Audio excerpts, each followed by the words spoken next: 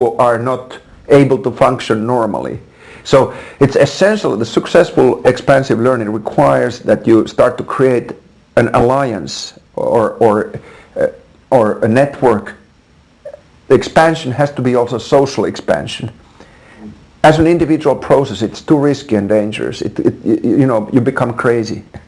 The majority will define you as crazy because your notion of what is relevant and right is so radically different from the existing norms that it is very, very essential here that learning 3, while it's embedded in the normal life, in a sense, like you said, it happens all the time, but it requires very special support and nurturing because, like I said, most commonly you see it being suppressed.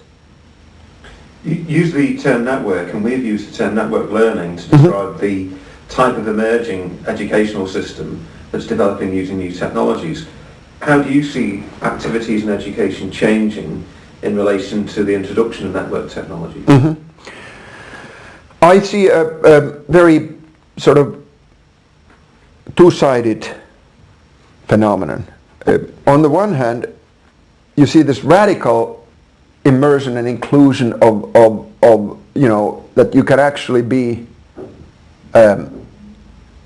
immersed and included in a tremendous variety of interactions and potential links to other people and other activities, other cultural resources, and that's the optimistic side of it. At the same time, the logic of the market, the logic of a strictly individualist operation in networks is terribly strong at the moment, including education.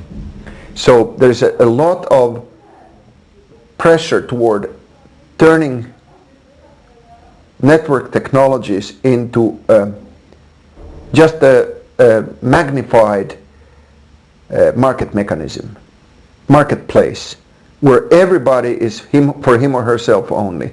Everybody is just sort of purchasing and perhaps selling something, but there is no community and no genuine, let's say, collaborative effort around producing something. If it's only selling and buying, where's the production of the new?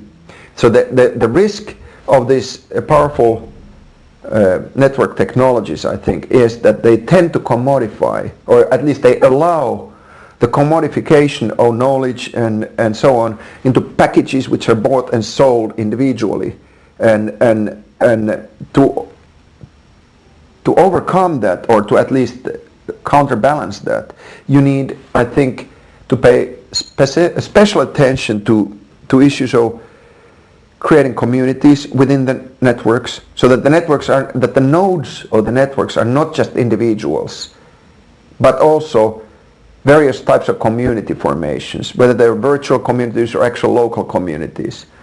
And so I think it's very, very important to study not only the sort of market versions of the network, but also, for instance, the open source movement around the Linux, the creation of the Linux operating system is a good example of interesting phenomena where there's genuine community formation also. And you could talk about communities of interest and communities of practice, which in a sense are perhaps new kinds of activity systems, sometimes radically dispersed in time and space, but still sharing an object around which they produce something new, not just consume and exchange. So I think that there is this issue of how do we make sure that these network technologies allow for actual production of the new use values, and how do we make sure that they are not overly individualistically oriented.